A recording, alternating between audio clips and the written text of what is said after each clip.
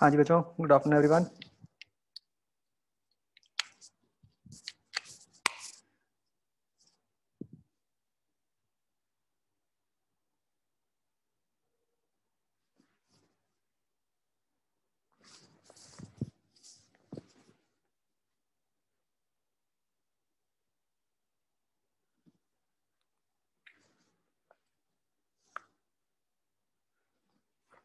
दिव्यम, lavish, मुझे homework चाहिए आपका 5 मिनट में।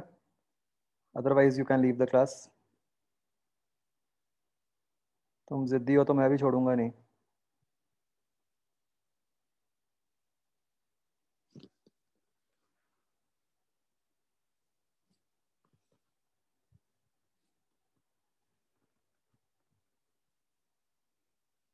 हाँ बच्चों, वो पावर वाला कर लिया काम सबने?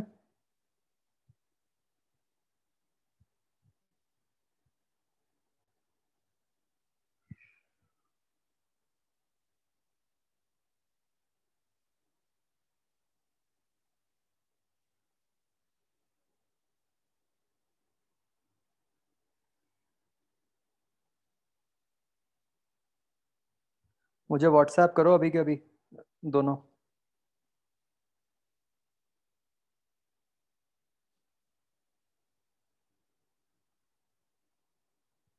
पहले वाला भी और जो कल मिला होमवर्क वो भी।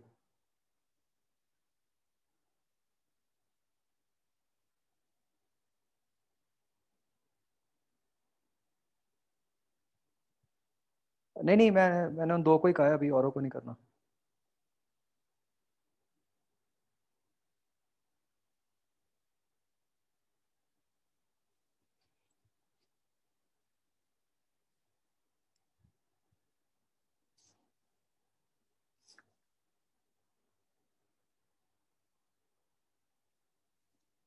मुझे फोटो व्हाट्सएप करो भाई, होमवर्क की पीडीएफ।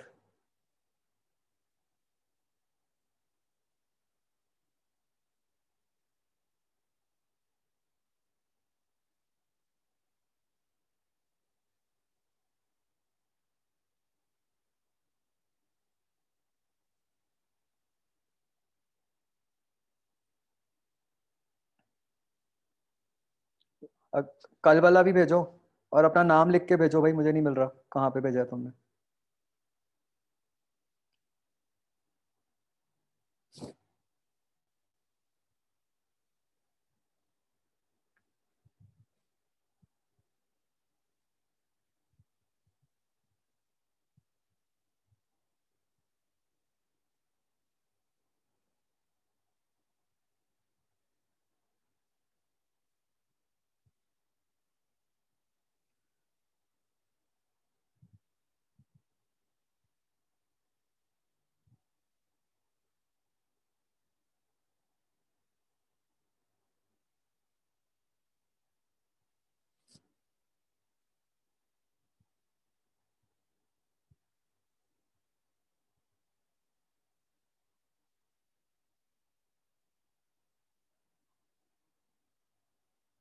हाँ जी बच्चों, पावर xi0, कोई डाउट?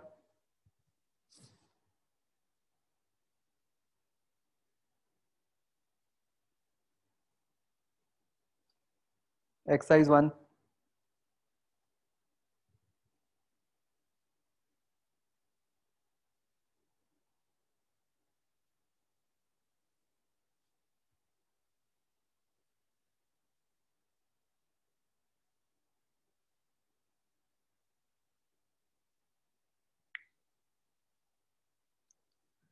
सेकंड क्वेश्चन, देखो, think of it as input over output,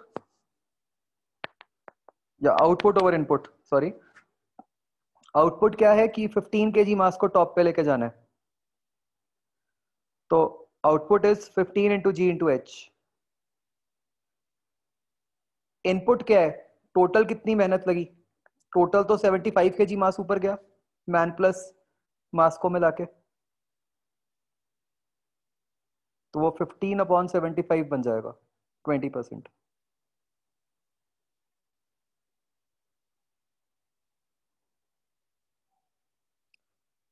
ninth question, सी इसमें क्या है, अब ये अच्छा क्वेश्चन है, दोनों टाइम्स का ध्यान रखना है।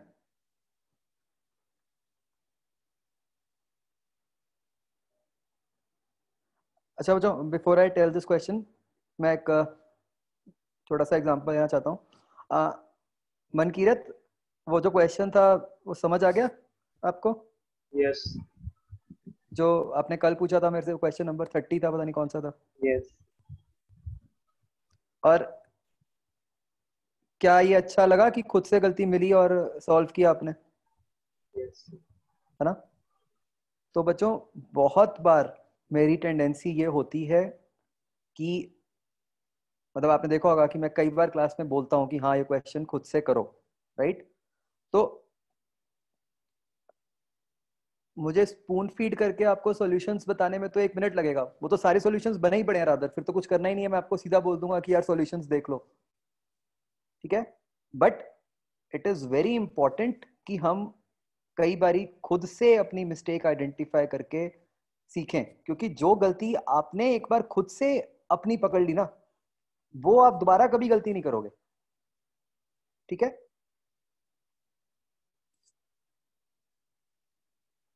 मतलब फिजिक्स तो सब्जेक्ट ही सोचने वाला है, मतलब इसमें अगर मैं आपका थॉट प्रोसेस रोक के आपको पहले ही बता दूं कि हाँ यार इसमें ये कर लो, तो उस क्वेश्चन में कर लिया, अब वो ऐसा तो है नहीं कि अब वही क्वेश्चन टेस्ट में आना है, अब उससे कुछ भी डिफरेंट आएगा वो आपसे नहीं होगा, ठीक है? So I am very clear about this thing. Chemistry में चल जाएगा, केमिस्ट्री में कोई ऐसा नहीं है, फिक्स चीजें हैं, वो कर ली आपने, वहां पे वही क्वेश्चन आएंगे, आप आंसर कर सकते हो। तो आई am very clear about this thing. मतलब मेरा तो मतलब ऐसा ही चलेगा कि मतलब मैं आपके दिमाग को सुचवा के ही छोड़ूंगा, राइट? तो जो क्वेश्चन मुझे लगता है कि भाई हाँ वो खुद सोच के करना है, तो वो मैं नहीं बताऊंगा आपको। इसीलिए आप में से मुझे कई लोग कई बार कह चुके हैं कि एडवांस के टेस्ट की डिस्कशन कर लो, मैं नहीं कर रहा। वो एंड में होएगी, मतलब इस ईयर के एंड में होएगी। जितना उनको अच्छे से कर सकते हो करते जाओ, जितना खुद से आप उनमें गलतियां ढूंढोगे, उससे ज्यादा बड़ी लर्निंग आपको कभी मिल ही नहीं सकती, राइट? जहां पे कोई आंसर में डाउट है वो मैं कर लेता होता हूँ साथ के साथ एड्रेस कि भाई हाँ वो आंसर वाला कर लो, बट अदरवाइज मुझे लगता है कि भाई मतलब सोचना बहुत जरूरी है, राइट? तो जितना आप खुद सोच के करोगे उतना ही आपको सब्जेक्ट में कॉन्फिडेंस आएगा कि हाँ भाई आपने खुद किया, और उतना ही आपकी गलतियां कम हो जाएंगी। जहां मुझे कुछ ऐसा लगता है कि यार कुछ बिल्कुल ही डिफरेंट सा है, ये माइंड में आ ही नहीं सकता, वहां पे ऑब्वियसली मैं आपको बता ही देता हूँ चीजें जो होती हैं करने वाली।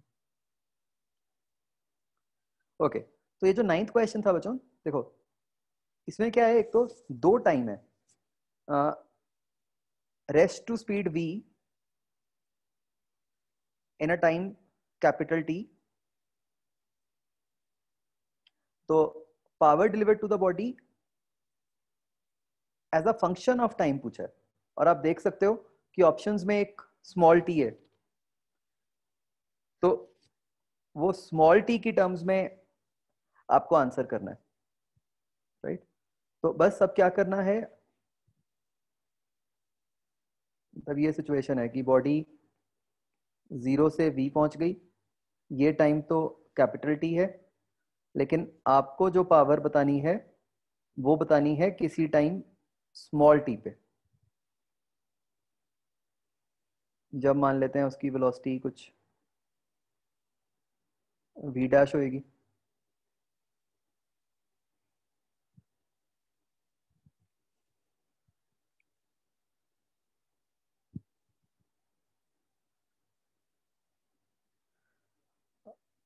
तो बस, तो इस टाइम t पे निकालनी है, तो मतलब इस टाइम t पे जो फोर्स लग रही है मल्टीप्लाइड बाय जो अभी वेलोसिटी है, मतलब जो भी फोर्स है multiplied by velocity v dash.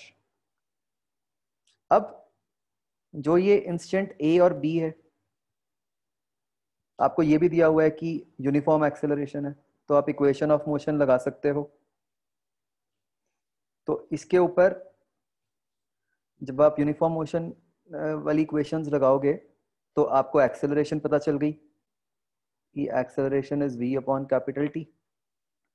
उससे आपको फोर्स पता चल गई m में, तो फोर्स में डल गया mv/t। अब आप a से c इक्वेशंस अप्लाई करके v डैश निकाल लोगे, उसको यहाँ सब्स्टिट्यूट कर दोगे, उससे आपका आंसर आ जाएगा।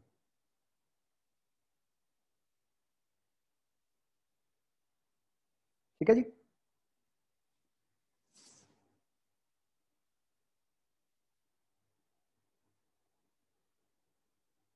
बच्चों कौन सा आंसर हो ही नहीं सकता था?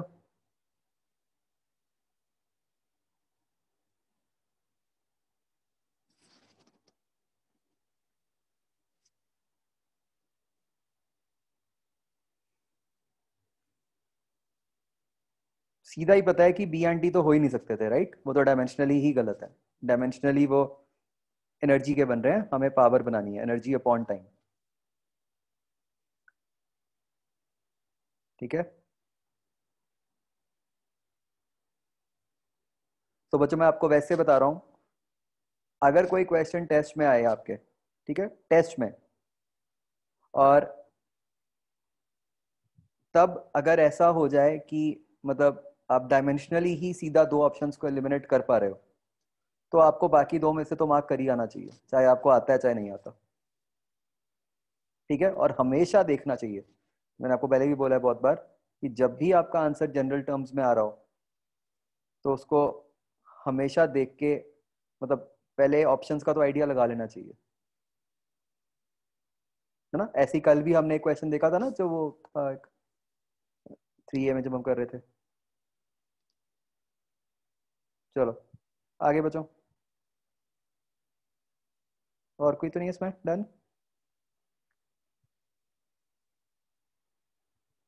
और आपको शायद अभी छोटी बात लग रही होगी, it helps a lot. Just imagine आपके एक्चुअल एग्जाम में, और मैं आपको गारंटीड बता रहा हूँ, एक से दो क्वेश्चंस तो पक्का ऐसे होंगे जो आप बिना नॉलेज के सिर्फ ऐसे कोई ना कोई ट्रिक के बेसिस पे कर सकते होगे। अब अगर एक्चुअल एग्जाम में आपके एक से दो क्वेश्चन ऐसे ठीक हो गए, एडवांस में भी हमेशा होते हैं जिसमें आपको पूरी सॉल्विंग नहीं करनी पड़ेगी। एडवांस वाले तो रादर पक्का ही डालते हैं। मैंने आपको पहले भी बताया था, जेई एडवांस वाले तो कहते हैं कि हमें स्मार्ट लोग चाहिए। ठीक है। तो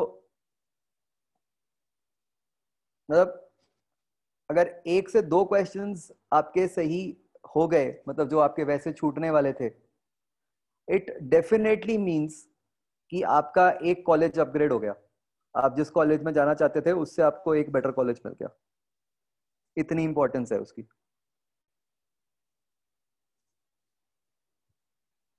तो मार्क्स तो हमें एक भी नहीं छोड़ना, मतलब चाहे जैसे भी आ रहा हो।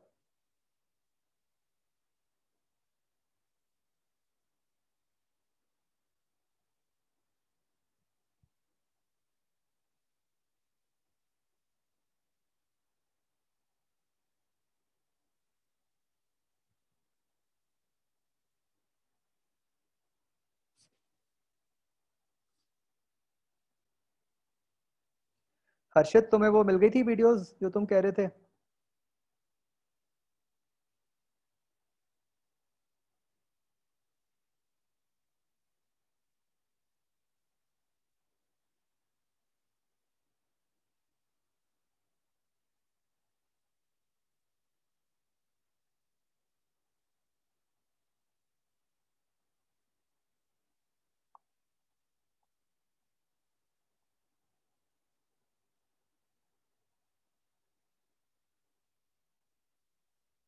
ओके। तो अब बच्चों जैसे मैंने आपको बताया था वो सारा कुछ यूट्यूब पे होगा। पुराने हो सकते हैं उस पर भी नहीं होंगे, है ना? अभी आगे वाले तो गोइंग फॉरवर्ड हैं सारे उसमें।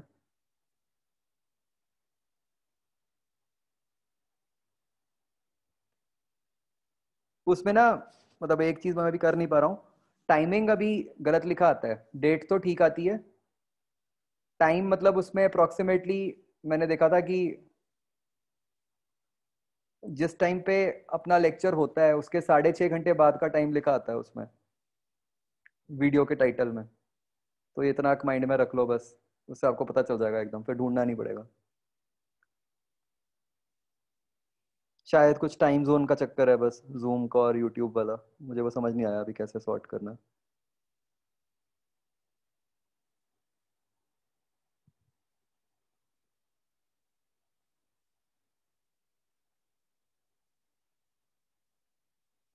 अभी फिजिक्स चल रहा है ट्रायल।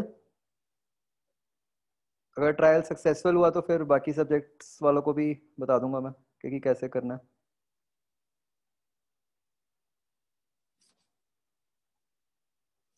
अभी मैं जान के नहीं कर रहा क्योंकि सबने मुझे कह देना है फिर सारे टीचर्स ने कि आप कर दो हमारा भी।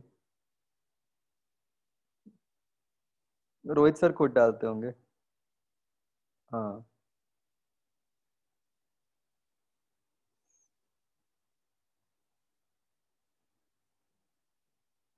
रोहित सर को तो बहुत शौक है यूट्यूब का। मैंने तो कल देखा पहली बार, वो मेरे पास आ रहे थे message, you have new subscriber, so and so has liked your video.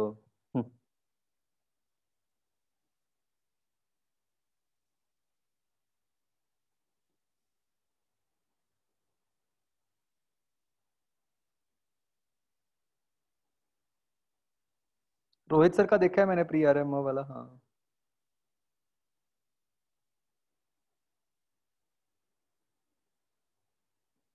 हाँ जी, एफ पार्ट बचो बताओ।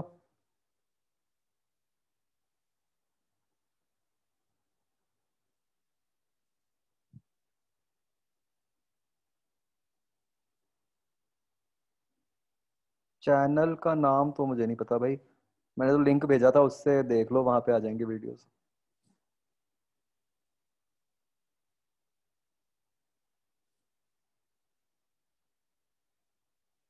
चैनल का नाम कैसे रखते हैं, जो यूजर नेम होता है?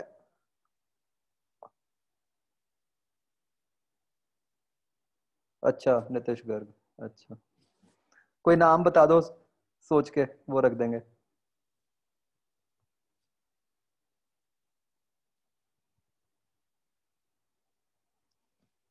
हाँ जी।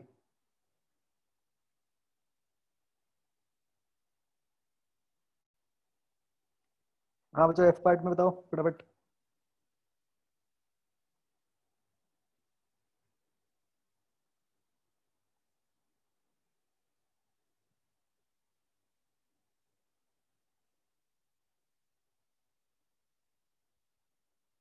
डन।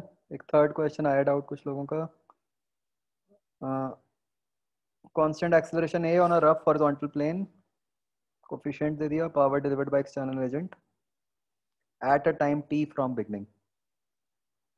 तो अगेन आपको टाइम टी पे इंस्टेंटेनियस पावर बतानी है। तो सबसे पहले तो आप उस पर फोर्स निकालोगे, एक्सटर्नल एजेंट की फोर्स कितनी होगी।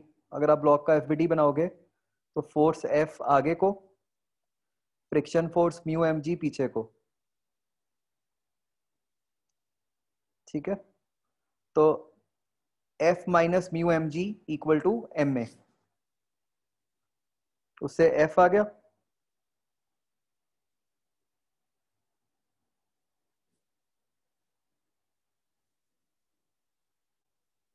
ठीक है ना। अब एक बार एफ आ गया, फिर उसके बाद अब आपको क्या है, बस आपको वेलोसिटी चाहिए। अब आपको उस टाइम टी पे वेलोसिटी चाहिए। उस टाइम टी पे वेलोसिटी क्या होएगी? Acceleration into time.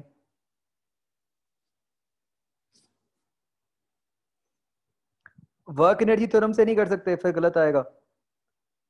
Work energy theorem से तो एवरेज पावर आ जाएगी आपके पास। आपको एवरेज नहीं चाहिए, आपको इंस्टेंटेनियस चाहिए।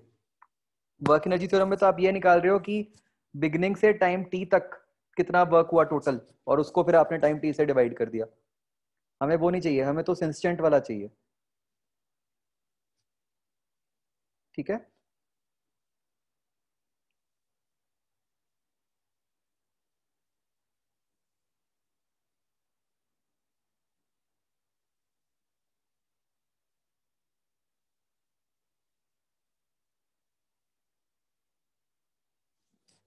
ओके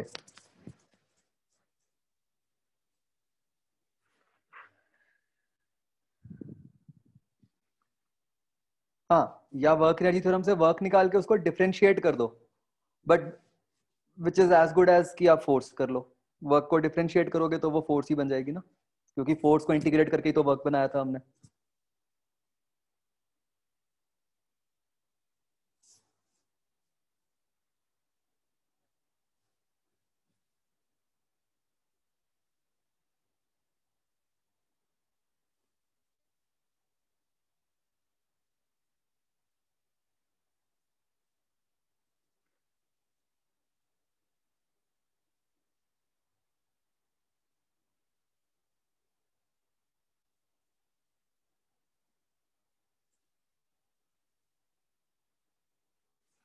ओके तो बच्चों हमारा basically work power energy as such खत्म हो गया है। अब हम एक नया सॉर्ट ऑफ नया चैप्टर ही है, वैसे मॉड्यूल में आपके इकट्ठे दिया हुआ है। मतलब अगर मैं इसको आईआईटी पॉइंट ऑफ व्यू से कहूँ तो इट्स अ कंप्लीट चैप्टर। बाकी में मेंस में नीट में मतलब थोड़ा सा ही पार्ट है, मतलब उतना टफ पार्ट नहीं आता। तो अब जो हम पढ़ने लगे हैं that is impulse momentum and collisions. This is the name of our new chapter, you can say.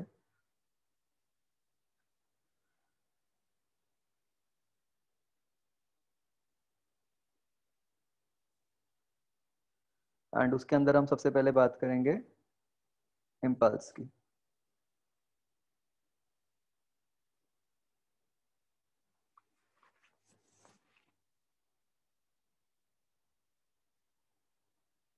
This is a very interesting chapter, impulse momentum collisions.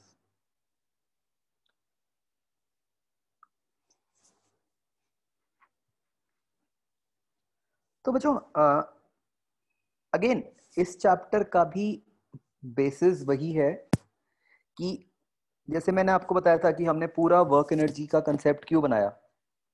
हमारा सारा काम आइडली न्यूटन सेकंड लॉ से हो रहा था, बट उसको थोड़ा convenient form में कन्वर्ट करने के लिए हमने वर्क एनर्जी वाला पूरा कंसेप्ट बनाया, है ना? वो सबको क्लियर है?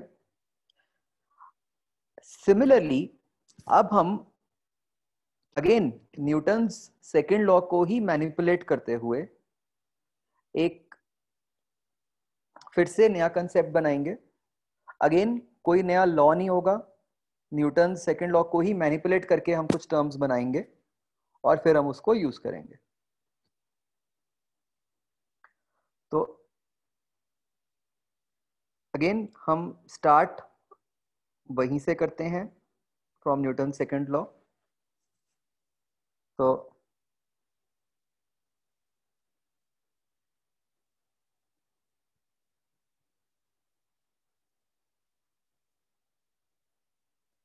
न्यूटन सेकंड लॉ हमें पता है कि इट सेज कि F is equal to M A. पिछले चैप्टर में बच्चों हमने ए को क्या किया था, कैसे लिख दिया था?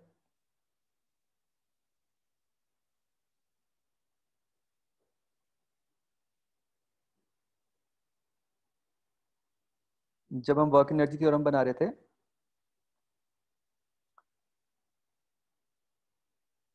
तो हमने क्या किया था, ए को लिखा था as V D V by D X, right? अब हम लिखेंगे ए को as D V by D T. तो if we rearrange, we get f dt is equal to m dv।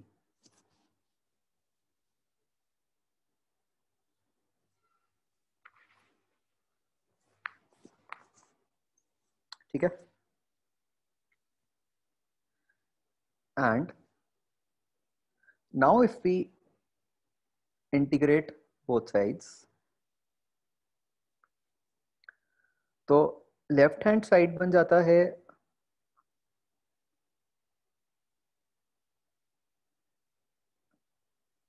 Integral F D T, and right hand side अगर मास को हम constant माने तो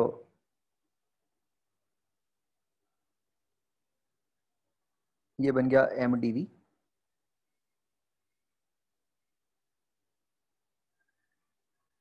जिसमें अगर मैं लिमिट्स डालता हूं तो ये बन जाएगा M V two minus M V one.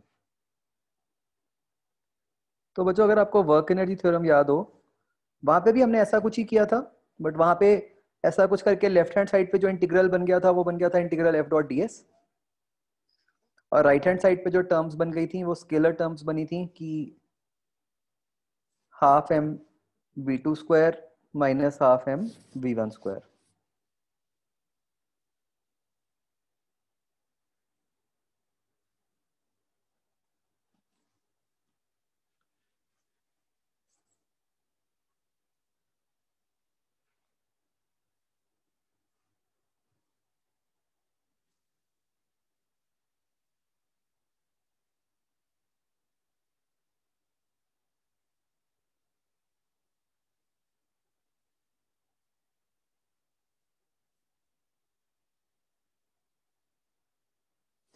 ठीक है जी।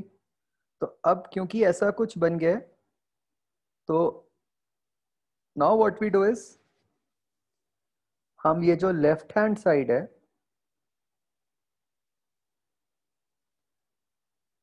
इसको हम एक नया नाम दे देते हैं एज इम्पल्स,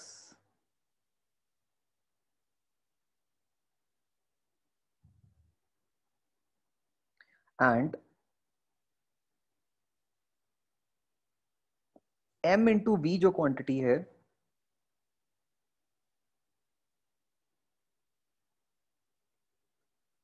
उसको हम नाम दे देते हैं एज मोमेंटम। ठीक है, आपको याद होगा बच्चों वर्क एनर्जी में भी बिल्कुल ऐसे ही किया था हमने। फिर हमने बस लेफ्ट हैंड साइड को बोला था कि यार वो जो टर्म है उसको वर्क बोल दो, और जो राइट हैंड साइड पे हाफ एम वी स्क्वायर बन रहा था उसको काइनेटिक एनर्जी बोल दो। तो यहाँ पे भी हमने क्या किया, लेफ्ट हैंड साइड को इम्पल्स बोल दिया, राइट हैंड साइड में जो टर्म बन रही थी उसको मोमेंटम बोला। तो इम्पल्स को बच्चों हम डिनोट करते हैं जनरली जे वेक्टर से, एंड मोमेंटम को हम डिनोट करते हैं विद ई वेक्टर। अब major difference from work energy theorem is कि ये वेक्टर इक्वेशन है। तो यहां से हमारे पास बन गया कि J is equal to delta P.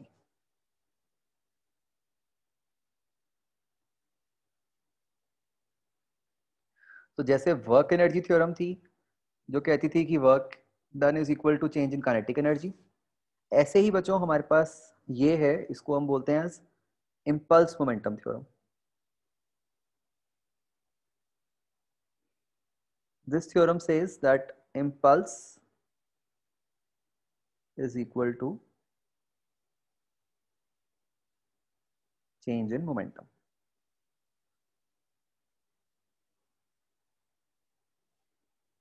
ठीक है बच्चों, वैसे हमने इम्पल्स और मोमेंटम की पहले भी बात की हुई है ना।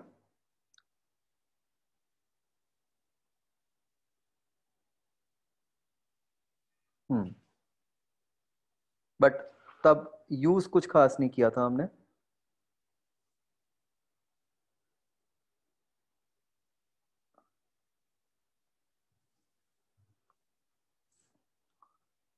तो अब बेस्ड अपॉन दिस अगर हम फिर से इम्पल्स और मोमेंटम की प्रॉपर्टीज लिख लें।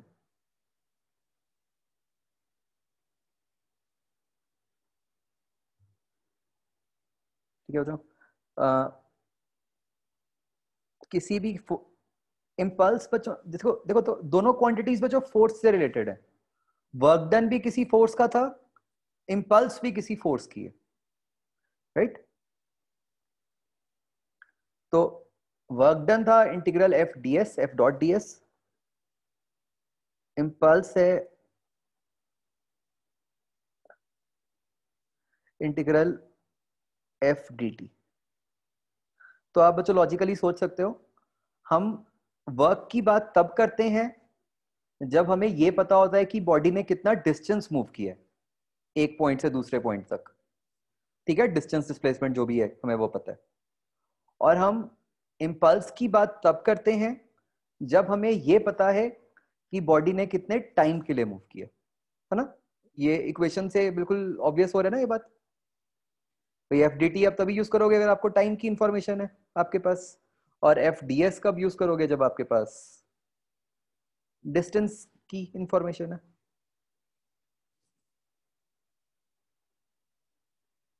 तो दिस इज ऑब्वियसली, अगर ऐसा इंटीग्रल है तो this is a vector quantity.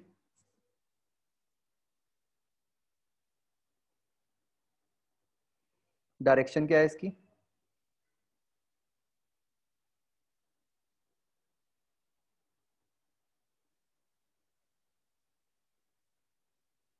मैंने पहले भी बात की थी, क्या डायरेक्शन है?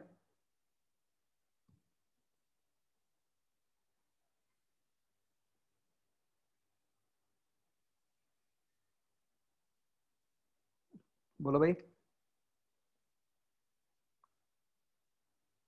फोर्स वाली डायरेक्शन। इम्पल्स की वही डायरेक्शन होती है जो फोर्स की है।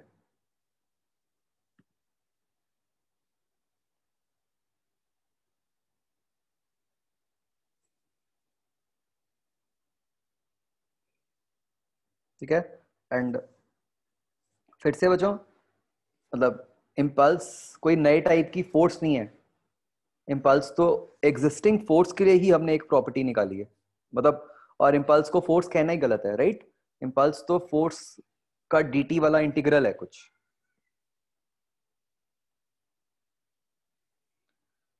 तो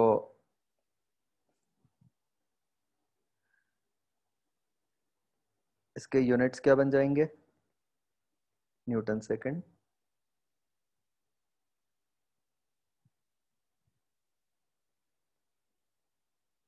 graphically what is impulse?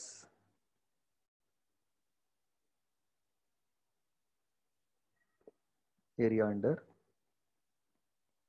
F T graph.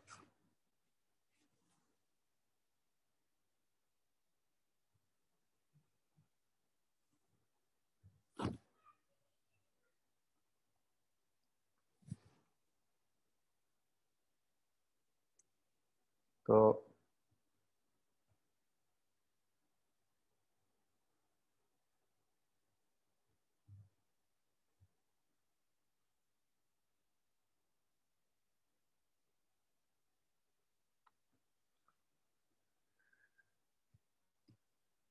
Momentum क्या है बच्चों?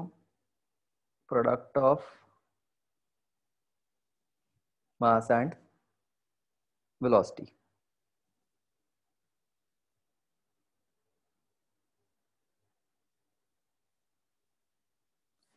इसकी क्या डायरेक्शन होगी बच्चों?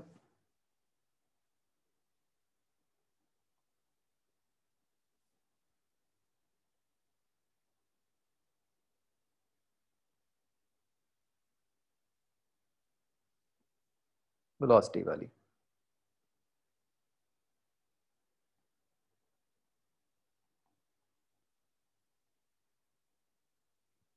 ठीक है। यूनिट्स वही बन जाएंगे, केजी मीटर पर second, which is same as Newton second. अच्छा बच्चा मुझे ये बताओ, जिसको मैं बोलूंगा वही बताएगा मुझे अनम्यूट करके।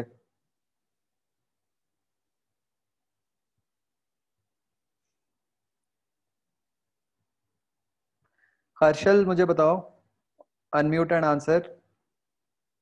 पहले अनम्यूट करो। Yes sir. टेल मी, क्या इम्पल्स और मोमेंटम की डायरेक्शन सेम होंगी?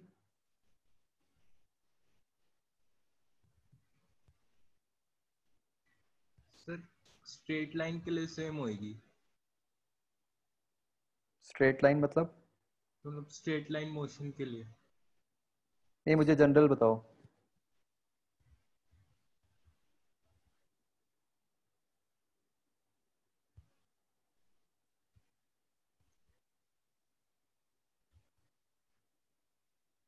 No sir.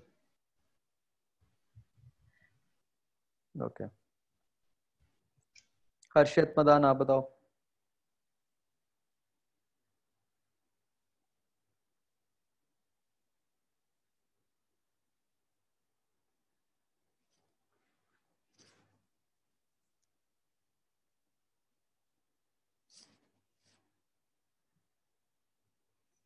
हर्षित बोलो।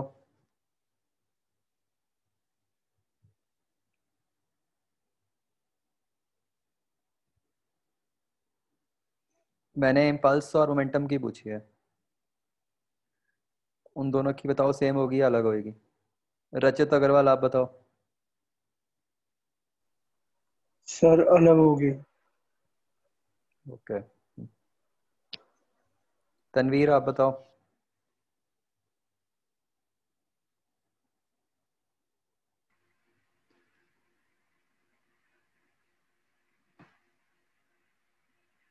सर अलग होगी। तो क्या रिलेशन होगा इनमें? और अगर अलग है तो क्या इम्पल्स और मोमेंटम की डायरेक्शंस में कुछ भी रिलेशन है?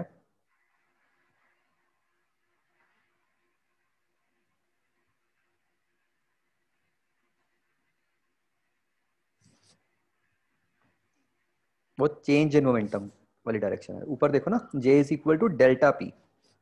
तो इम्पल्स की वही डायरेक्शन होगी जो चेंज इन मोमेंटम की है, ठीक है, एंड नॉट मोमेंटम वाली। ठीक है, हमेशा मतलब माइंड में ये रखना है, इम्पल्स और मोमेंटम में रिलेशन क्या है कि impulse is equal to change in momentum. तो वो मैग्नीट्यूड वाइज भी equal to change in momentum के मैग्नीट्यूड के इक्वल होगी, और डायरेक्शन वाइज भी जो चेंज इन मोमेंटम की डायरेक्शन बन रही है वो बनेगी। ठीक है, और मोमेंटम के केस में ग्राफिकली ये सच कुछ नहीं होता। हाँ, जो मैंने आपको वैसे बताया था एक अलग बात कि मोमेंटम होता क्या है, फिजिकली मोमेंटम की क्या सिग्निफिकेंस है।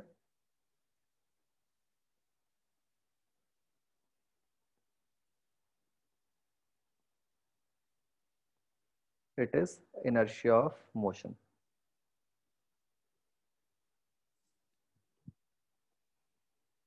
याद है मैंने आपको बताया था इनर्शिया 3 टाइप का होता है, रेस्ट, मोशन एंड डायरेक्शन। तो this momentum is nothing but inertia of direction.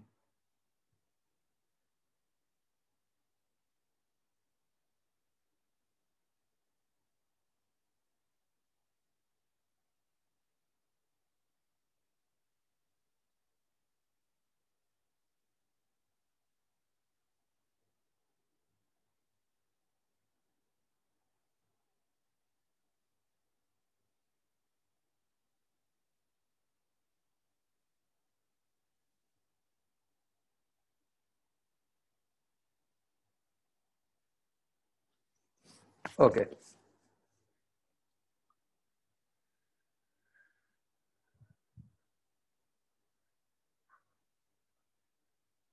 तो वो जो नाउ लेट्स अंडरस्टैंड कि हम इम्पल्स को कब यूज करते हैं।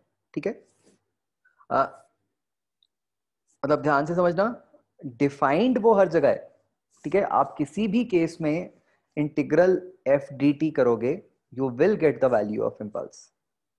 मैं ये बात कर रहा हूं कि प्रैक्टिकली कब इम्पल्स वाला कंसेप्ट यूज करना हमारे लिए यूजफुल होता है, मतलब when will we want to use this concept. ठीक है,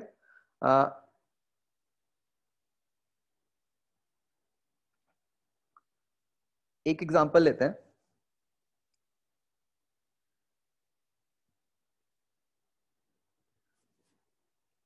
लेट अस से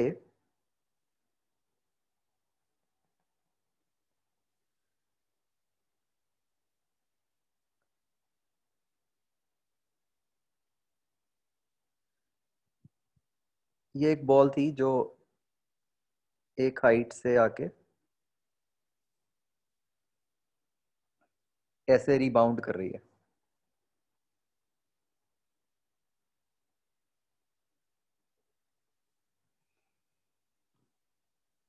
ठीक है, बस हमने हाइट से फेंका और वो जमीन से टकरा के रिबाउंड कर गई। तो जब वो फ्लोर के साथ कांटेक्ट में थी,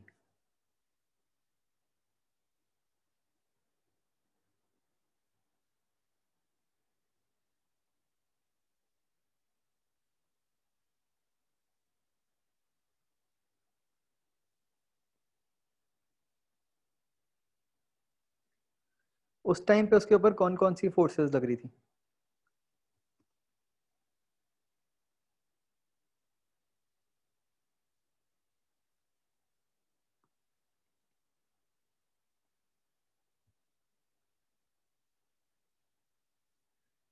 एक तो mg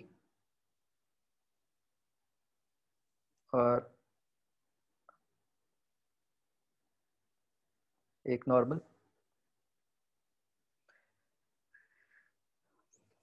क्या बॉल की कुछ एक्सेलरेशन होएगी?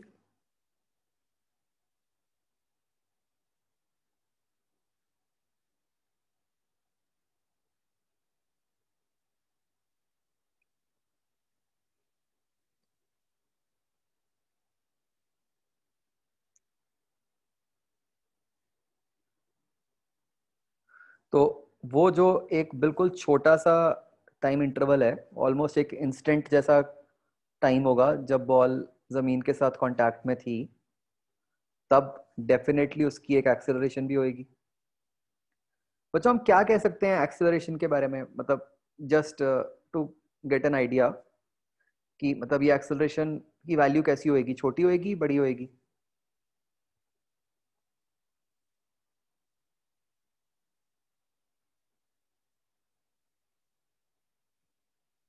एक बार सारे इस बात को विजुलाइज करो। एक्सेलरेशन के मैग्नीट्यूड के बारे में हम क्या कमेंट कर सकते हैं इस केस में?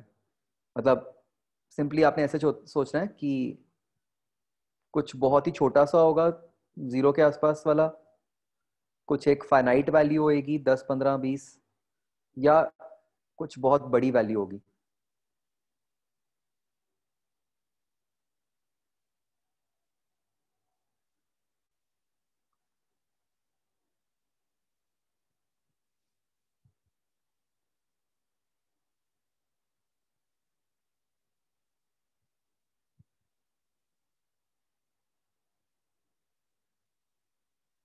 मैं एक तो प्रैक्टिकल केस की बात कर रहा हूँ, जो बॉल रिबाउंड कर रही है ना? तो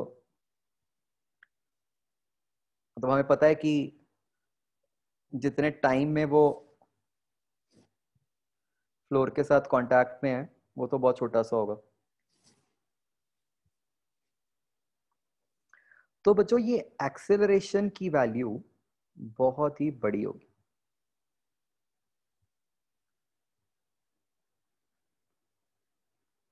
वाई?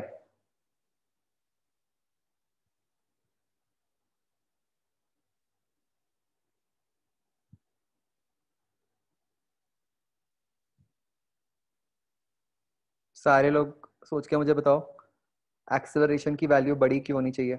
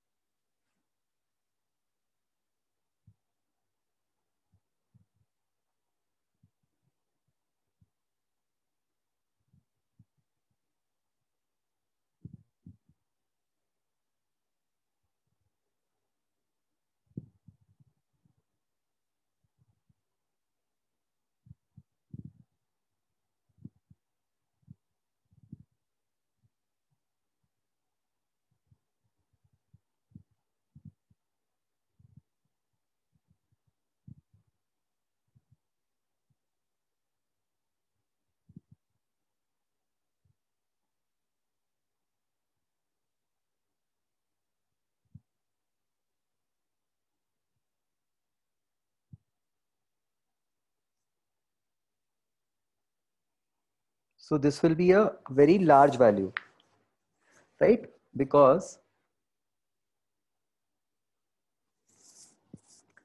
जो टाइम ऑफ कांटेक्ट होगा वो बहुत छोटा होगा।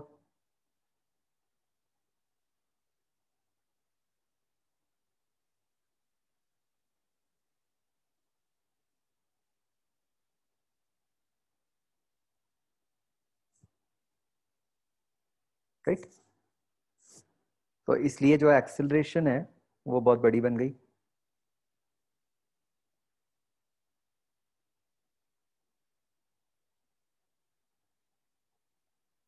दिव्यम, लवेश, आप मुझे ना बार बार एक ही चीज के लिए परेशान कर रहे हो। अगले 2 मिनट में आपका होमवर्क नहीं आया कल वाला, मैं आपको क्लास से निकाल रहा हूँ।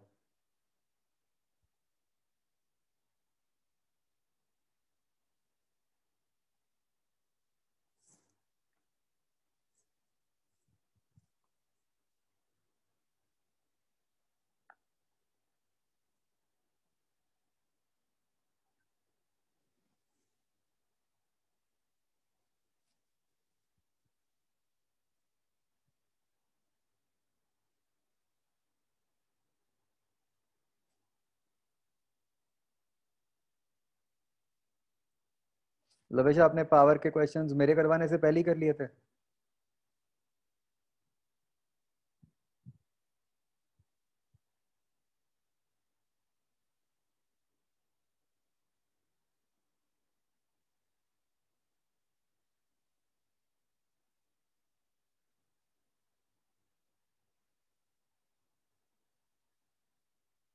तो वेलोसिटी में बच्चों एक चेंज आ रहा है, वो एक सब्सटेंशियल चेंज है, बिकॉज डायरेक्शन भी चेंज हो रही है वेलोसिटी की। तो मतलब ऑल्दो मैंने कहीं लिखा नहीं कि भाई सेम स्पीड से रिबाउंड कर रही है, बट मान लो थोड़ी बहुत कम से भी कर रही होगी अगर, भाई लेट से वो 10 से नीचे गिर रही है, मान लो 8 से भी ऊपर जा रही है, अगर मैं बिल्कुल ही प्रैक्टिकल केस ले लूं,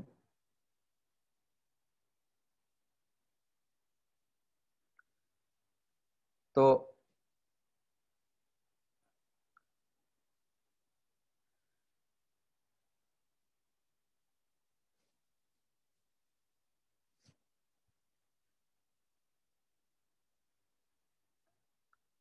चेंज इन वेलोसिटी तो 18 हो गया, इजंट इट?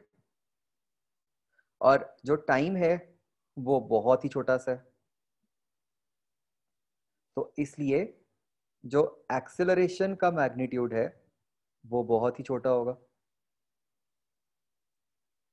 और सॉरी बहुत ही बड़ा होगा।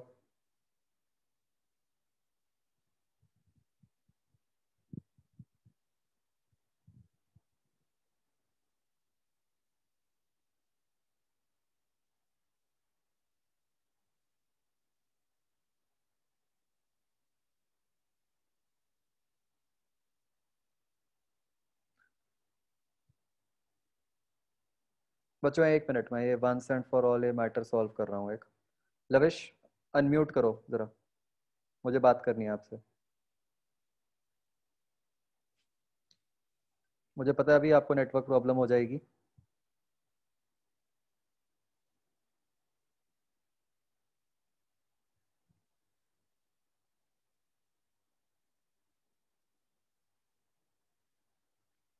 अनम्यूट करो। 30 सेकेंड्स आपके पास, नहीं तो आप इस बैच में मेरी क्लास नहीं लगाओगे दोबारा, ये कंफर्म्ड है।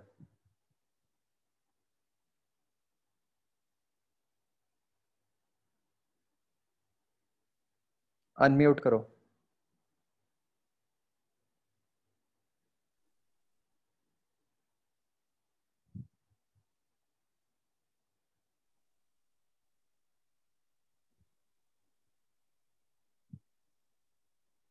अब मुझे ये बताओ, तुमने एक्सरसाइज 3 में 13 अगस्त को ही पावर, मोमेंटम और कोलिजन वाले क्वेश्चंस कैसे कर लिए?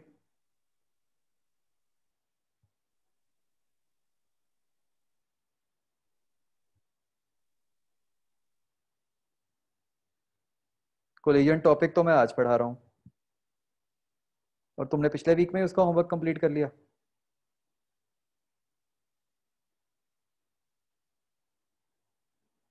आंसर दो फटाफट।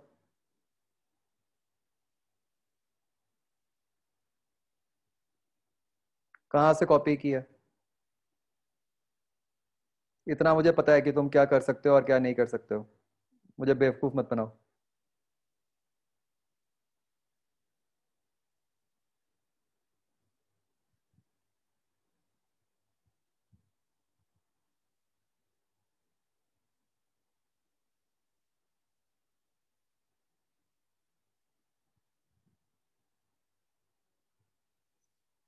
वहां से हिंट लेकर नहीं, आपने लर्निस से जो सॉल्यूशंस हैं वो सारे कॉपी करके दे दिए हैं मुझे। एग्जैक्टली आपने सारा कॉपी किया हुआ है।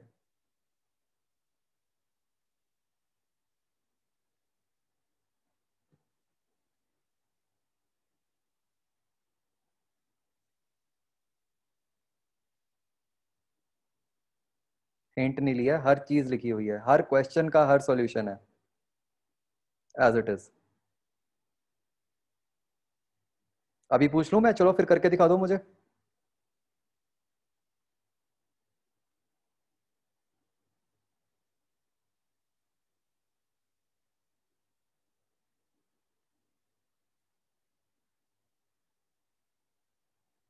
आई थिंक आप समझ गए हो। ठीक है, चलो बाय।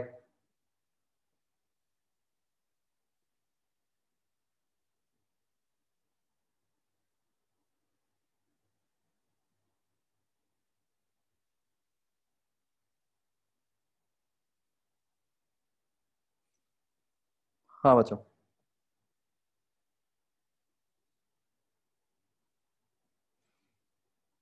तो हद ही हो गई थी कॉपी करने की, मतलब उसने सारा ही एडवांस में ही सारा कॉपी करके भेज दिया होमवर्क।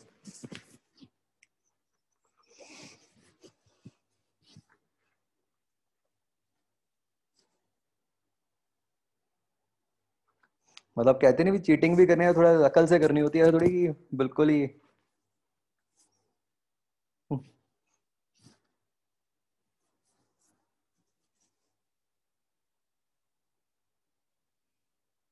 टेस्ट में भी आपने इसके देखे ही होंगे मार्क्स, लविश के। एडवांस वाले टेस्ट में फर्स्ट था वो, सब में।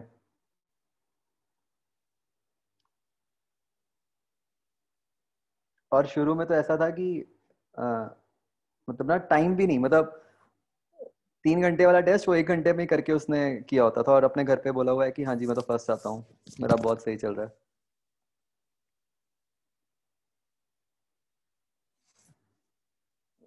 फिर मैंने ना उसके बाद देखा भी था कि, फिर मैंने एक दो क्वेश्चंस पेपर्स में देखा कि इसने कहाँ पे कम टाइम लगाया हुआ है, कहाँ ज़्यादा टाइम लगाया हुआ है। तो जहाँ जहाँ पे जो क्वेश्चन तो नेट पे सीधा ही मिल जाता है बिल्कुल पहले ही क्लिक पे, उसमें कम टाइम है। जो क्वेश्चन मिलता ही नहीं बड़ी देर तक, उसमें ज़्यादा टाइम है।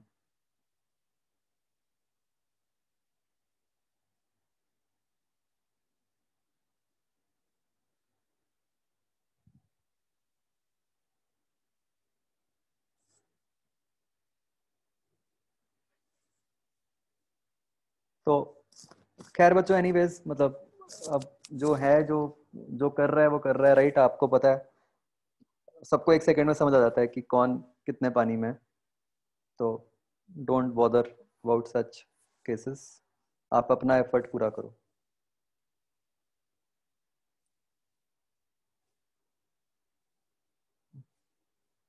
चीटिंग तो यार लोग, मतलब जिसको करनी है वो ऑफलाइन में भी कर ही लेता है, मतलब इतनी ओपनली नहीं होती बट कर तो लेते ही हैं लोग। मतलब फुल नहीं आ पाते ऑफलाइन चीटिंग में, ज्यादा तो आ ही जाते हैं।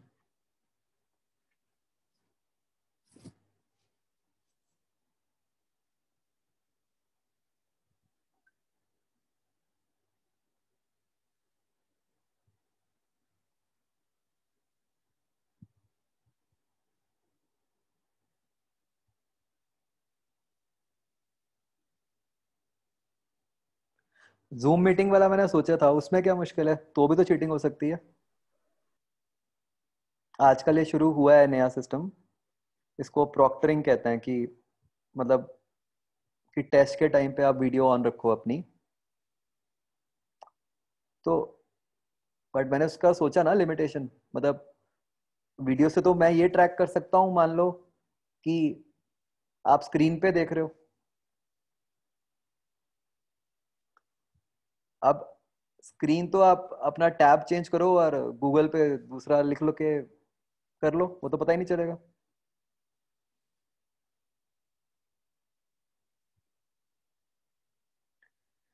इंस्टीट्यूट कब खुलेगा? मैंने कल ही न्यूज़ पढ़ी थी कि शायद ये मतलब कुछ सितंबर में कर रहे हैं स्टार्ट, मतलब 10th 12th वाली क्लासेस, एग्जाम भी हो रहा है, तो एटलीस्ट अब वो सही तरफ तो जा रहा है। फाइनली वो स्टेट्स के पास दे देंगे।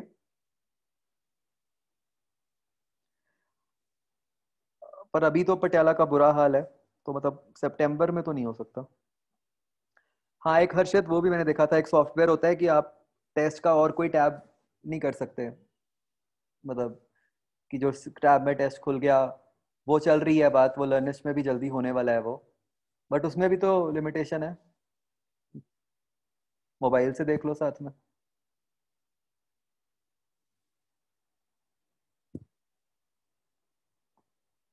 तो बहुत सारे इश्यूज हैं। मैंने बहुत सोचा था उस बारे में, फाइनली मुझे लगा कुछ नहीं हो सकता। मतलब अब जिसको करनी है चीटिंग वो तो कर ही लेगा।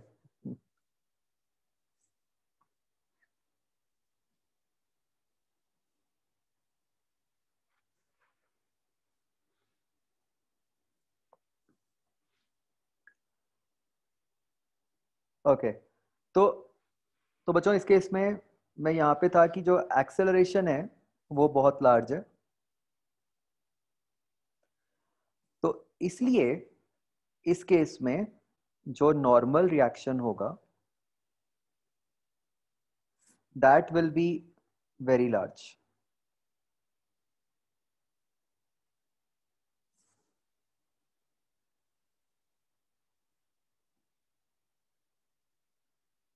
ठीक है, in this particular case the normal reaction will be very very large.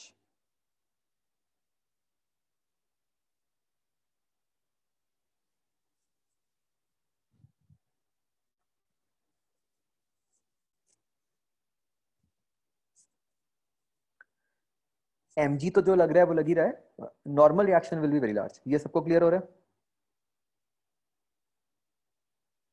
ठीक है, तो वंस अगेन जो मैंने आपको पहले बताया था कि भाई माइंड में वो मत रखो, है ना, कि normal reaction is equal to mg, वो तो सब सिचुएशन बेस्ड है। इस केस में जो नॉर्मल रिएक्शन है that is much large compared to mg.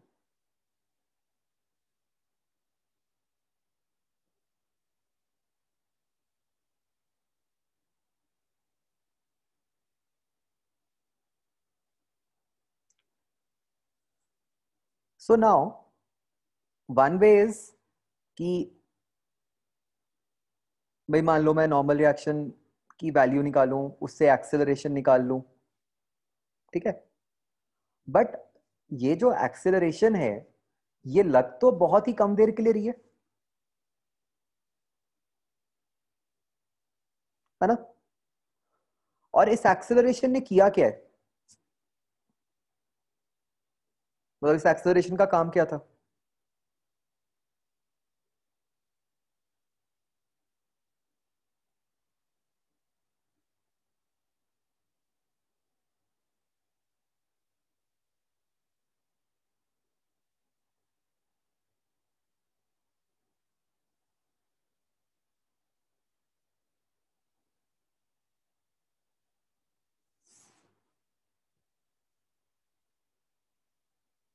मतलब उसने ही वेलोसिटी चेंज की, है ना? एक्सेलरेशन का रोल तो यही था ना, बस की बॉडी की वेलोसिटी चेंज करना।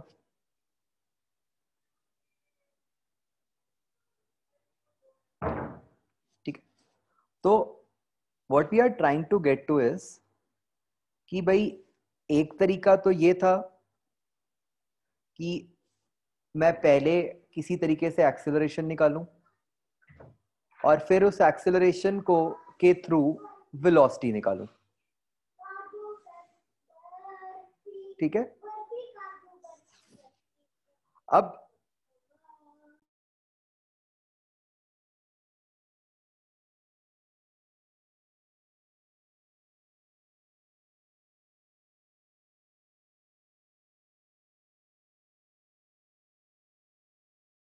हम ये कह रहे हैं कि भाई सीधा ही इम्पल्स मोमेंटम थ्योरम लगा के हम किसी तरीके से सीधा ही वेलोसिटी निकाल लें। अगर मैं इसके इसमें इसके ऊपर इम्पल्स मोमेंटम थ्योरम लगाऊं,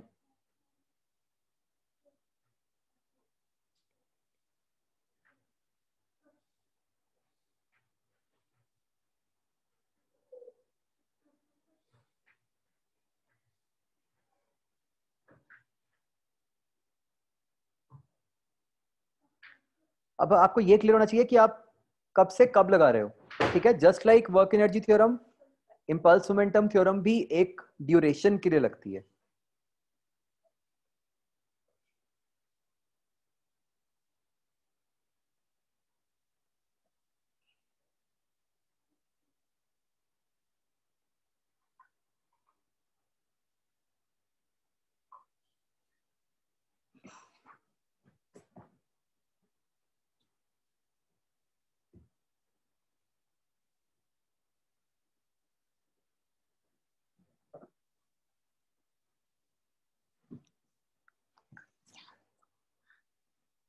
तो अब इसके ऊपर एक तरह से दो इम्पल्स हो जाएंगी। एक इम्पल्स हो जाएगी नॉर्मल रिएक्शन वाली और एक इम्पल्स हो जाएगी एमजी वाली। तो उसको लिखते हैं बच्चों बिल्कुल वैसे ही है। नॉर्मल रिएक्शन की इम्पल्स क्या हो गई, इंटीग्रल एनडीटी,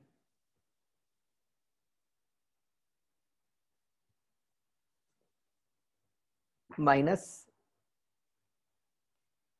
एमजी की इम्पल्स क्या हो गई, integral M G D T.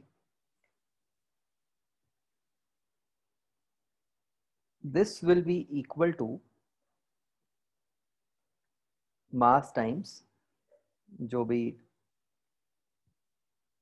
Final velocity minus initial velocity. ठीक है,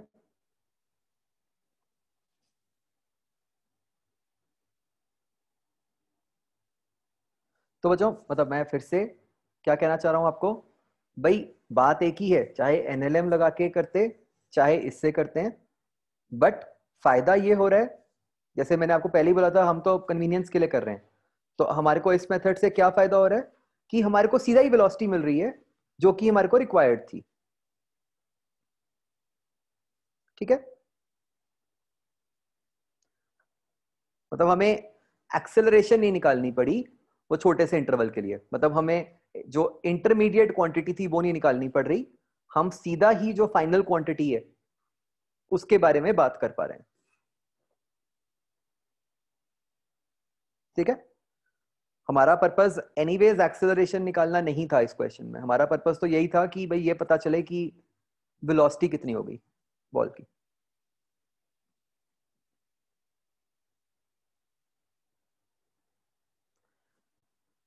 अब बच्चों एक बात देखो बहुत ध्यान से,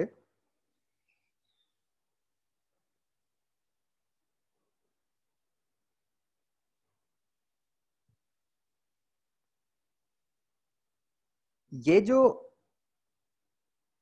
इंटीग्रल एम जी, ये दो इंटीग्रल्स बन रहे हैं हमारे पास। ठीक है, हमें पता है कि जो टाइम है वो तो बहुत छोटा सा ही है, उसके बेसिस पर आप लेफ्ट हैंड साइड वाले ये जो हमारे दो इंटीग्रल्स हैं उनके बारे में कुछ कमेंट कर सकते हो।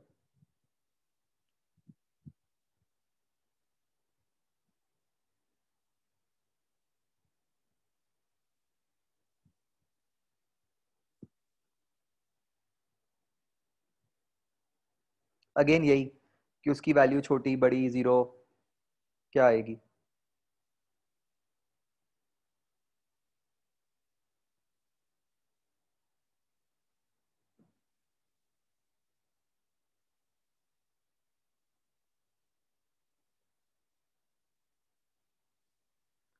मुझे पर्टिकुलरली इसके बारे में बताओ, integral M G D T.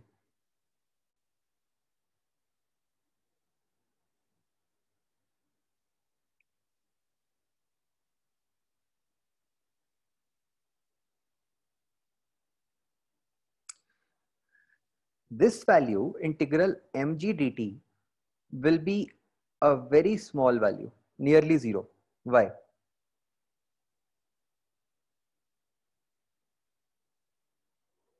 भाई mg की तो फिक्स्ड वैल्यू थी, लेकिन जो टाइम था वो बहुत छोटा था, राइट? तो जो ये वैल्यू है वो नेग्लिजिबल आ जाएगी। वेर एज ये जो लेफ्ट साइड है, जो लेफ्ट पहली टर्म है,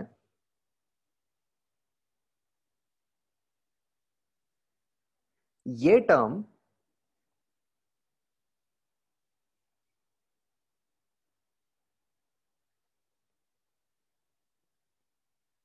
कुछ फाइनाइट बन जाएगी। क्यों?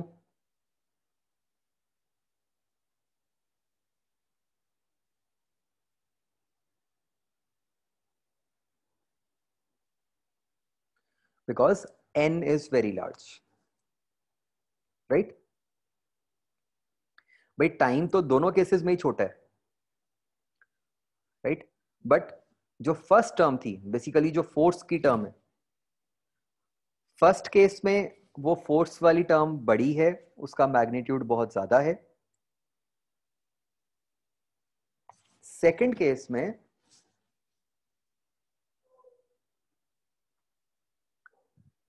जो टर्म है mg, वो टर्म बहुत ही छोटी सी है।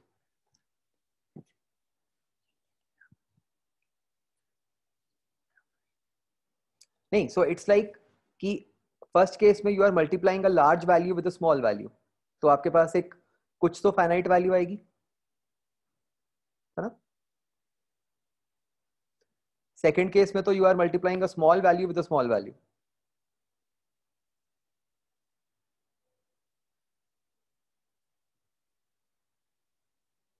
तो मतलब जो सेकंड वाली टर्म है वो तो बहुत ही छोटी सी होएगी कंपेयर टू फर्स्ट वाली। हाँ, टाइम ऑलमोस्ट जीरो होगा, और इस टाइम पे जो नॉर्मल रिएक्शन होगा वो बहुत ही बड़ा होगा। मतलब अगर हम बच्चों, मतलब ऐसे this is not required, just for your knowledge, extra knowledge I should say,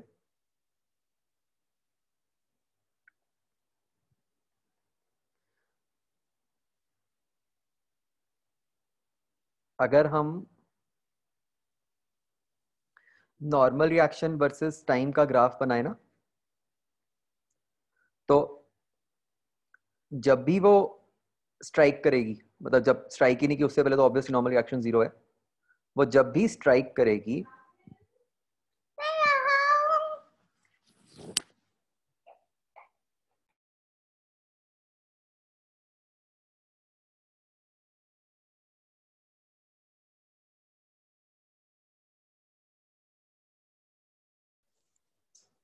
क्या होगा?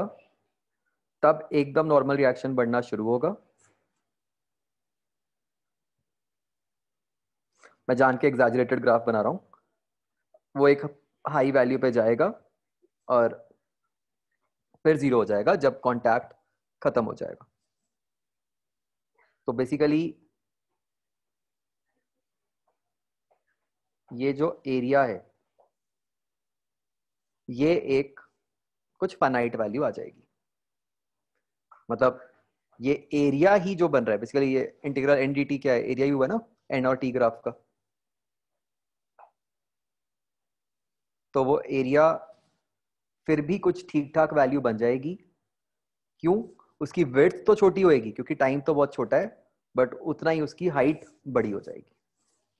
तो नॉर्मल रिएक्शन मतलब ऐसे केसेस में एक बहुत ही हाई वैल्यू भी अचीव कर सकता है।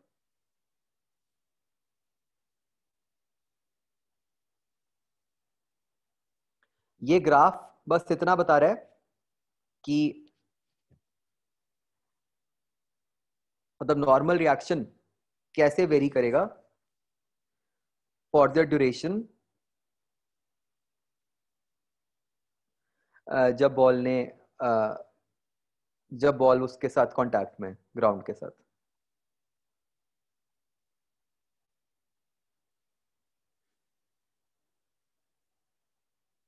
नहीं नहीं, दिस इज अप्रोक्सीमेट ग्राफ, ये कोई मतलब कोई सिमेट्रिक या वो हम कुछ नहीं कमेंट कर सकते, वो बहुत सारी क्वांटिटीज पे डिपेंड करता है। मतलब मैं तो सिर्फ ये कहना चाह रहा हूँ कि बेसिकली एक ऐसा ग्राफ बनेगा जिसकी विड्थ बहुत छोटी होगी और जिसकी हाइट बहुत बड़ी होगी।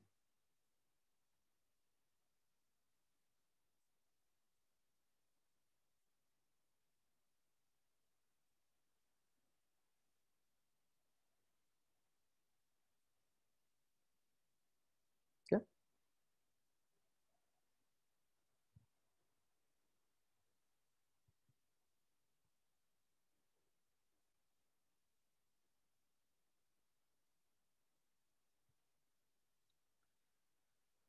तो फिर से बच्चों, ग्राफ की एज सच एग्जैक्ट शेप पे मत जाओ, सिर्फ ब्रॉडली समझो कि ग्राफ है क्या।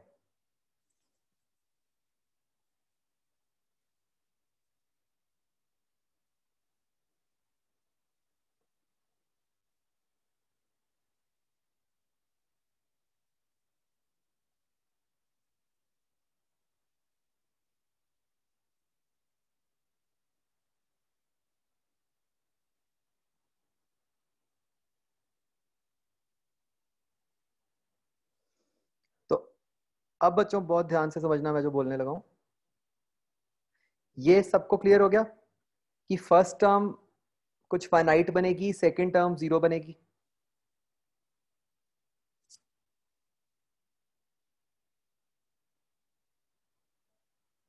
ठीक है, उसका रीजन भी समझ आ गया।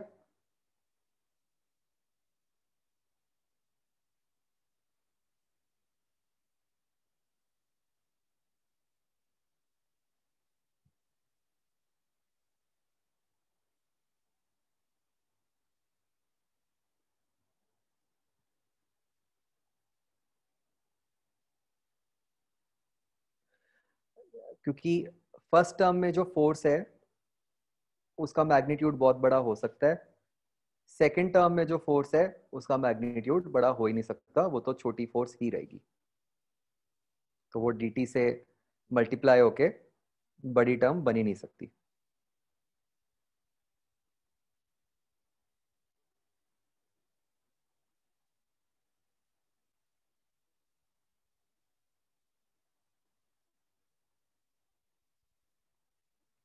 तो अब बच्चों बहुत ध्यान से समझना,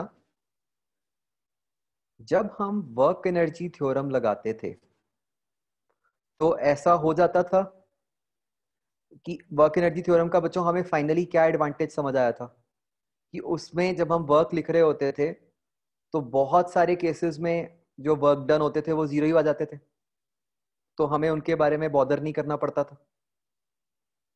जैसे कोई स्प्रिंग दीवार के साथ लगा हुआ है तो दीवार से जो भी फोर्स स्प्रिंग पे लग रही है उसका कोई रोल नहीं आता था। नॉर्मल रिएक्शन का वर्क मोस्टली जीरो हो जाता था हमारे वाली सिचुएशंस में। टेंशन का वर्क डन जीरो हो जाता था, है ना। तो हमें पर्टिकुलरली कुछ, जब हम वर्क एनर्जी थ्योरम लगाते थे तो हमारे लेफ्ट हैंड साइड पे कोई बहुत लिमिटेड सी दो तीन टर्म्स ही रह जाती थी, इजंट इट। बाकी टर्म्स की कंट्रीब्यूशन जीरो हो जाती थी, बाकी फोर्सेस की। ऐसे ही जब हम इम्पल्स मोमेंटम थ्योरम लगाएंगे तो कुछ फोर्सेस ऐसी होंगी जिनकी कंट्रीब्यूशन जीरो हो जाएगी, इम्पल्स के अंदर उनकी कंट्रीब्यूशन जीरो हो जाएगी। जैसे वर्क एनर्जी में कुछ फोर्सेस का वर्क डन जीरो आता था, ऐसे ही इम्पल्स मोमेंटम में कुछ फोर्सेस की इम्पल्स जीरो आ जाएगी। ठीक है, बताओ कौन सी फोर्सेस की इम्पल्स जीरो आएगी।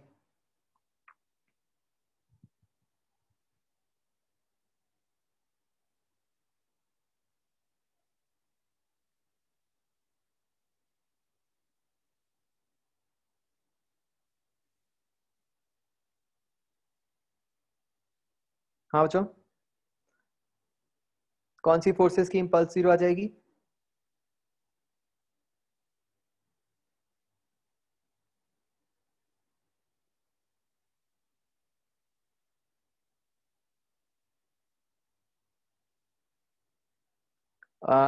वी विल नॉट से कि कांटेक्ट या नॉट कांटेक्ट, वो नहीं, सिंपल सी बात, कोई भी ऐसी फोर्स जिसका मैग्नीट्यूड फाइनाइट होगा, राइट?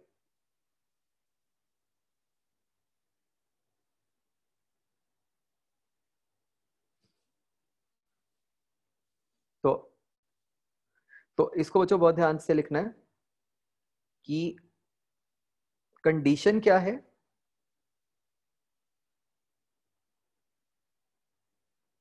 व्हेन वी अप्लाई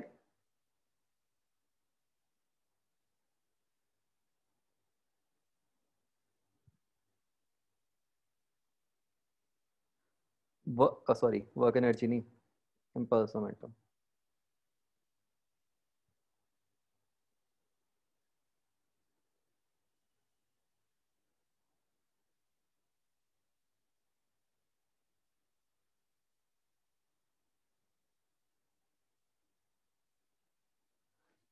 कल बच्चों यार चालान कट गया मेरा मास्क ना लगाने के कारण।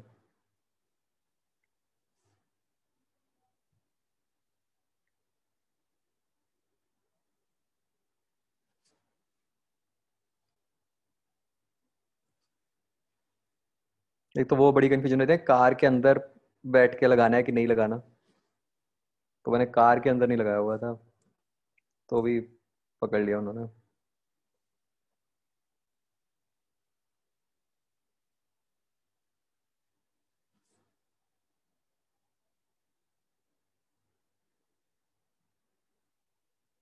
मैं कह रहा था कल चालान कट गया मेरा मास्क ना लगाए होने के कारण, कार के अंदर बैठे हुए। गुड। आदित्य गुड क्यों भाई?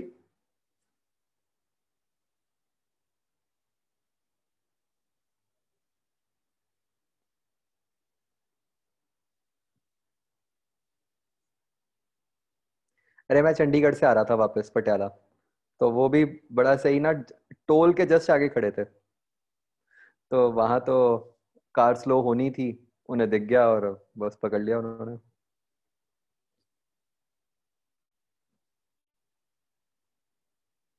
अरे मैं वैसे तो हमेशा पहनता हूँ, मैं तो कार के अंदर नहीं पहना हुआ था बस।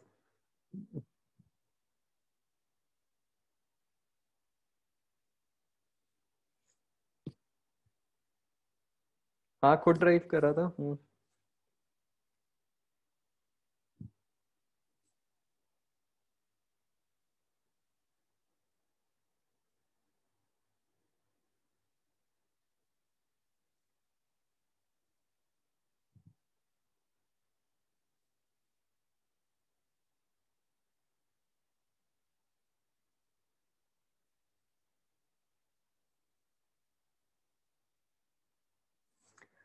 नहीं रूल तो है अब, मतलब बट वो कार वाला बड़ा एम्बिगुअस है, कोई कह देता है कि कार के अंदर अलाउड है, कोई कह देता है नहीं कार के अंदर भी पहनना है।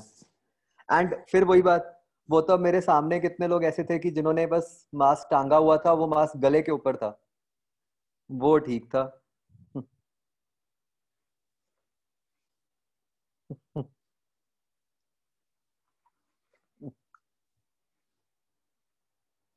हाँ वो फॉर्मेलिटी वाला हो जाता तो हाँ चल जाता काम।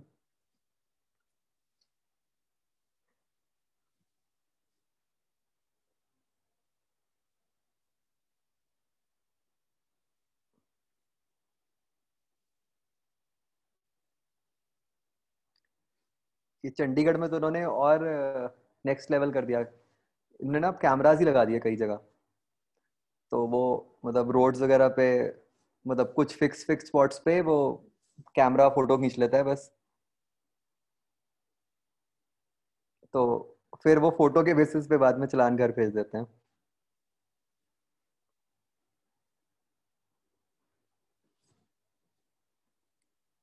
चालान कितना था? 1000, 500 मेरा, 500 अंकिता का।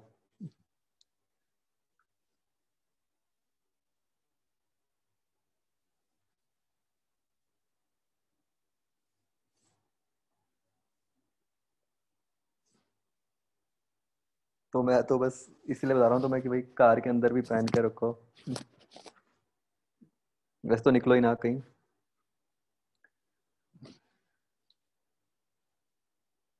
सो हाँ जी बच्चों। तो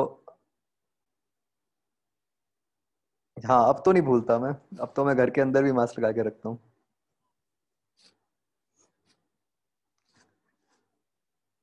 तो जब हम एक बहुत ही, अब मतलब यहाँ पे बच्चों एक कंडीशन है ये, ठीक है, short time duration. Work energy में ऐसी कोई कंडीशन नहीं थी। आप छोटे डिस्टेंस के लिए लगाओ, बड़े के लिए लगाओ, कोई चक्कर नहीं था। यहाँ पे ये कंडीशन है। मतलब हम जो लिख रहे हैं वो सिर्फ तभी वैलिड है अगर आपका टाइम इंटरवल छोटा है।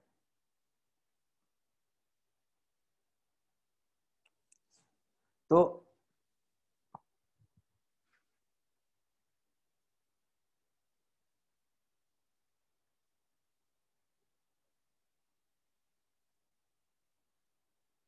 इस केस में there will B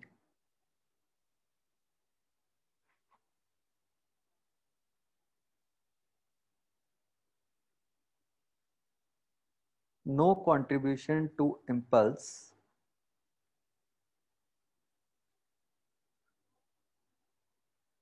from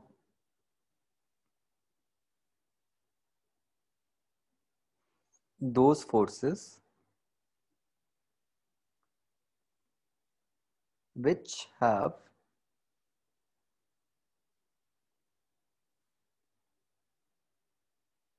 a finite magnitude।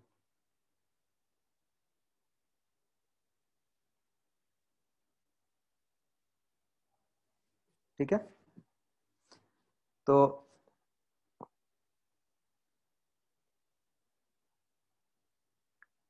such forces are called,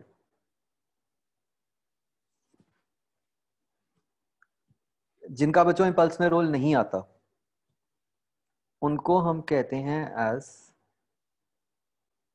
non impulsive forces।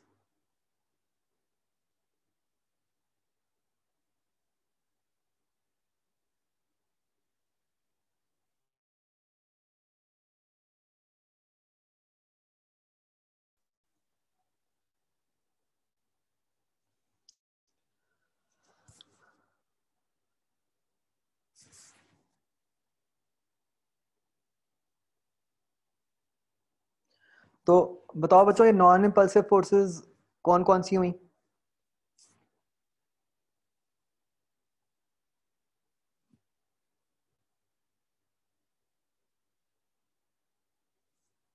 Gravitational force ये हमेशा ही नॉन impulsive होएगी, क्योंकि इसका मैग्नीट्यूड तो कभी भी सडनली नहीं बढ़ सकता।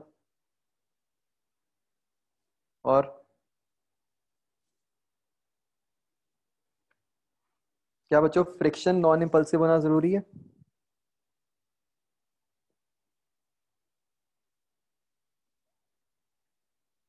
नो भाई, फ्रिक्शन के अंदर तो म्यू इंटू एन आता है। अगर आपका एन बहुत बड़ा हो रहा होगा तो फिर फ्रिक्शन भी बड़ी हो सकती है।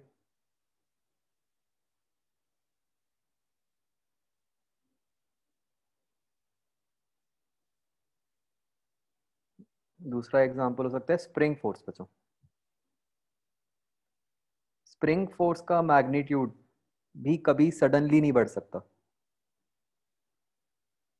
है ना। स्प्रिंग फोर्स का मैग्नीट्यूड तो स्प्रिंग की एक्सटेंशन पे डिपेंड करता है। अब वो एक्सटेंशन को चेंज होने में कुछ तो टाइम लगेगा ना, एक झटके में तो चेंज नहीं हो सकती एक्सटेंशन। तो इसलिए spring force is also always non impulsive.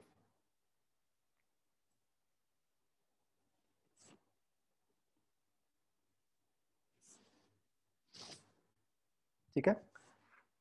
Similarly बच्चों, इसका उल्टा हो गया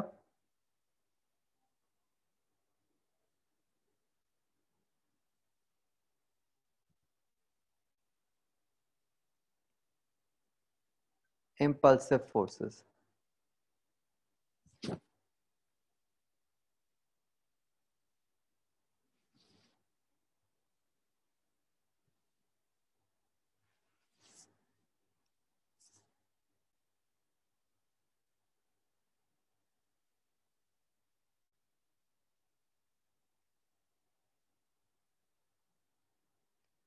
तो impulsive फोर्स कौन सी हो जाएंगी?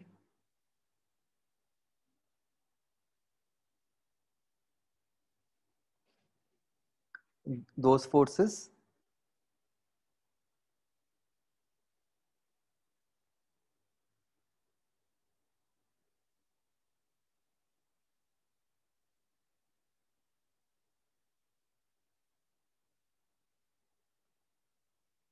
whose magnitude can increase suddenly to a very large value. तो अगेन कीवर्ड इज सडनली होना चाहिए. धीरे धीरे तो स्प्रिंग फोर्स की भी वैल्यू बड़ी हो जाएगी.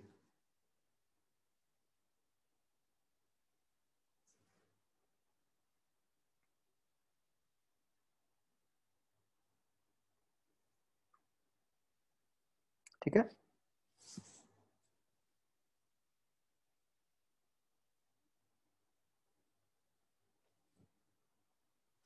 तो इसके बच्चों क्या एग्जांपल्स हो सकते हैं इंपल्सिव फोर्स के?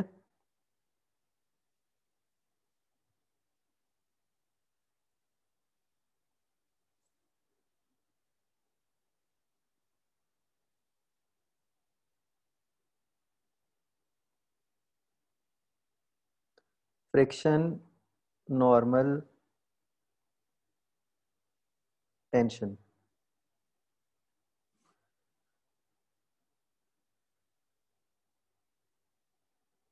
टेंशन की वैल्यू भी आप झटके से एकदम चेंज कर सकते हो, तो इसलिए टेंशन भी इंपल्सिव होती है.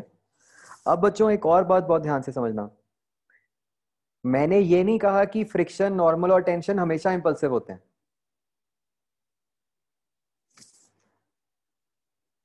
ठीक है. हमें यह समझना है कि these forces can be impulsive depending on the situation.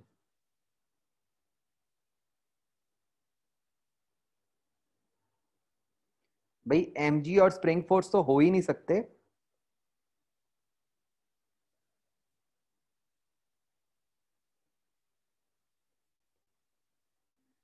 ये तीनों हो सकते हैं. इसको मैं अभी एक एग्जांपल लेके समझाता हूं.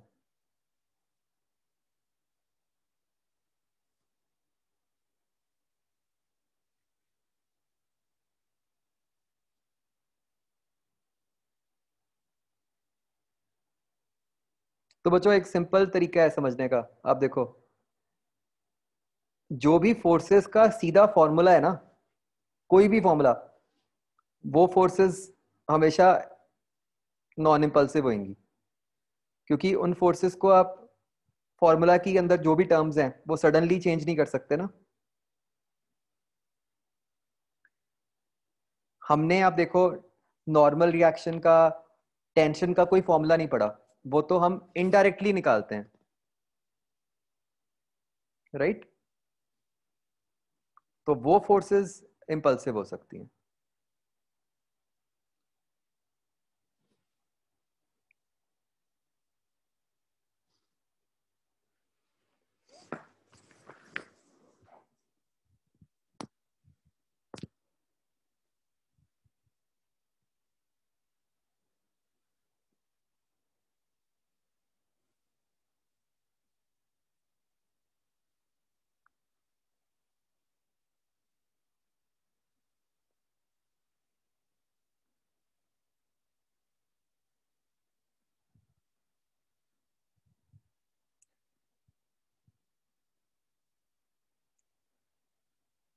एक सेकंड बच्चों, स्क्रीन हो गया.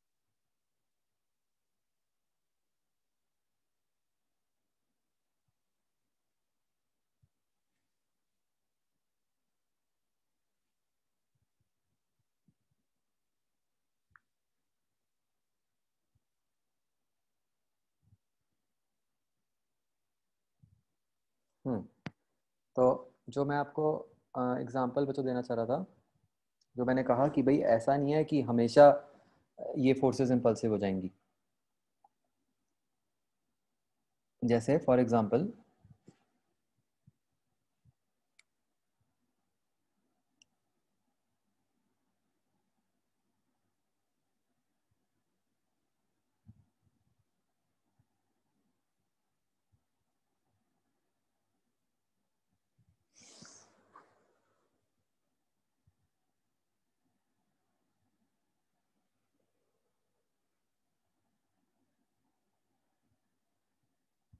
ये एक ब्लॉक बच्चों जा रहा है और इसके आगे एक और ब्लॉक रखा हुआ है।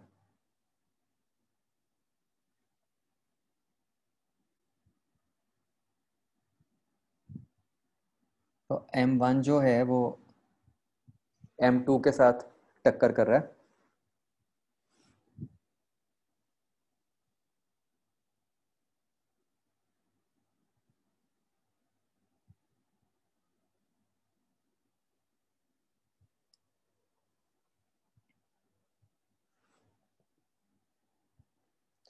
तो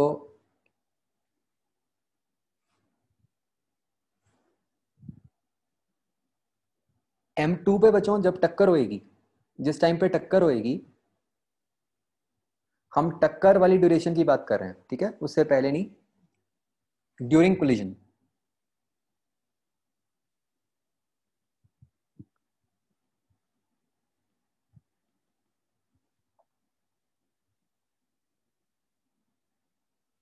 तो ड्यूरिंग कोलिजन M2 पर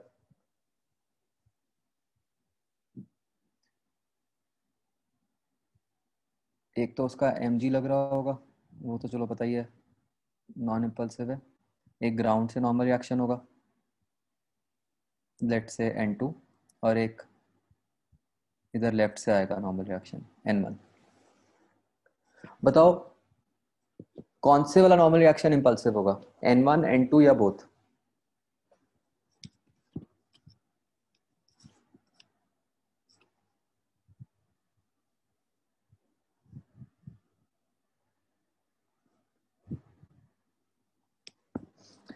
है ना, N2 को तो कोई फर्क ही नहीं पड़ रहा, N2 की डायरेक्शन में तो कुछ हुआ ही नहीं, isn't it?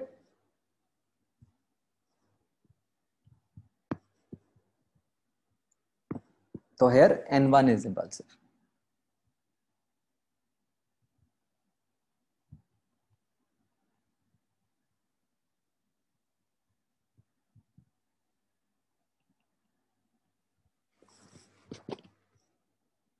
है ना, तो जैसे कि मैंने आपको समझाया था कि नॉर्मल रिएक्शन ऐसा नहीं कि हर केस में इंपल्सिव हो जाएगा,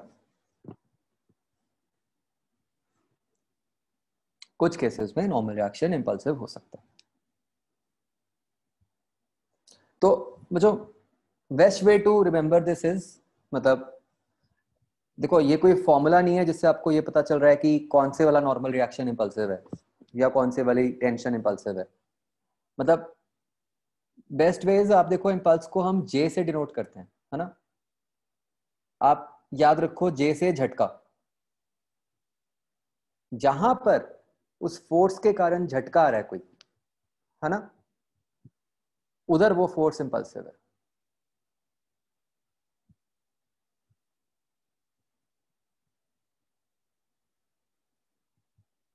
एक ये इतनी सी बात माइंड में रखो, आपको एकदम पता चल जाएगा कि कौन सी फोर्स इंपल्सिव है, कौन सी नॉन इंपल्सिव है। और ये आइडेंटिफाई करना बहुत इंपॉर्टेंट है ना, क्योंकि इसी से आपको पता चलेगा कि आपने कौन सी फोर्स को इंपल्स मोमेंटम थ्योरम के अंदर इंक्लूड करना है, राइट। क्या बच्चों यहां तक क्लियर हो गया?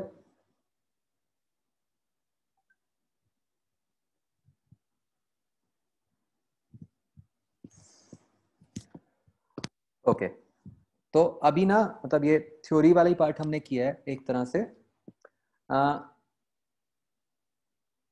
मैं ना कुछ एक बेसिकली ये इम्पल्स मोमेंटम कोलिजन्स का एक अलग से ओलंपियाड बूस्टर है, मैं वो अपलोड करूंगा आज लर्निस्ट पे। और उसकी थ्योरी के कुछ पेजेस आपको पढ़ने को बोलूंगा, कोई 2 पेजेस हैं, ठीक है, वो सबने पढ़ने हैं, ठीक है, वेरी इंपॉर्टेंट, इसी पे ही बेस्ड है इंपल्सिव नॉन इंपल्सिव। उसमें बहुत सारे एग्जांपल्स हैं, तो हमें वो क्लियर हो जाना चाहिए वो एग्जांपल्स में कि कौन सा इंपल्सिव है कौन सा नॉन इंपल्सिव है, ये आइडेंटिफाई करना सीखना है हमें। ऑलराइट, चलो ठीक है बच्चों, ओके देन, बाय।